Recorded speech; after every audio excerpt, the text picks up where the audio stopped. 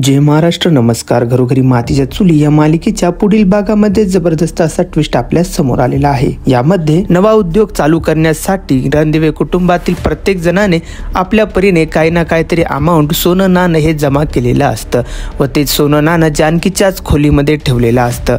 जानकीच्या खोलीमध्ये मास्कमॅन येतो व ते सोनं चोरी करून घेऊन जातो. जाता जाता तेथील सामान खाली पडतं व जानकीला जाग येते व जानकी ओरडू लागते की आपल्या घरात चोर आहे व मास्कमॅन चोरी करून जात असताना मायाशी धडकतो व माया देखील मास्कमॅनच्या मागे पळायला लागते व ऋषिकेश देखील मागे पळतो व घरामध्ये सर्व मंडळी जागे होतात. तेव्हा जानकी सांगते की आपल्या घरात चोर आला होता आणि आपण साचवलेले सर्व दागिने तो चोरी करून घेऊन गेला. व इकडे सयाजीराव आणि ऐश्वर्या गाडीमध्ये बसलेले असतात. सयाजीराव म्हणतो, एवढ्या रात्री आपण इकडे कुठे आलेलो आहोत? यावर ऐश्वर्या म्हणते, त्या जानकीचा प्लॅन उधळून लावण्यासाठी. व ऐश्वर्याला दिसतं की मास्कमॅन पळत आहे आणि त्याच्या मागे माया देखील पळत आहे. हे बघून ऐश्वर्या म्हणते, मी आलेच आणि गाडीतून खाली उतरते व लपून त्यांना बघत असते.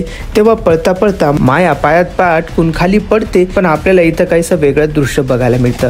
मास्कमॅन जो पुढे पळत असतो तो रिटर्न येतो व मायाला उचलतो व तिथून पळून जातो. पण माया त्याच्या मागे पळत नाही. हे बघताच ऐश्वर्याला खूपच आश्चर्य होते. ती विचार करू लागते की माया खाली पडली, मास्कमॅनने रिटर्न येऊन तिला उचललं तरीही तिने त्याला पकडलेलं नाही. असं का? या दोघांचं काही साठल होतं नसेल की हे दोघं जण एकत्रच असतील. व त्यानंतर तिथे ऋषिकेश देखील पोहोचतो. पण तोपर्यंत मास्कमॅन हा तिथून पळून गेलेला असतो व मायाला घेऊन ऋषिकेश पुन्हा घरी येतो. व घरी येताच नाना ऋषिकेशला विचारतात की सापडला का तो चोर? यावर ऋषिकेश काही म्हणत नाही व जानकी म्हणते, अहो बोला ना, काहीतरी सांगा. यावर ऋषिकेश म्हणतो, तो चोर आमच्या हातातून निसटला. हे ऐकताच जानकीला धक्का बसतो व सुमित्रा म्हणते, म्हणजे आपले सर्व पैसे दागिने चोरीला गेलेत?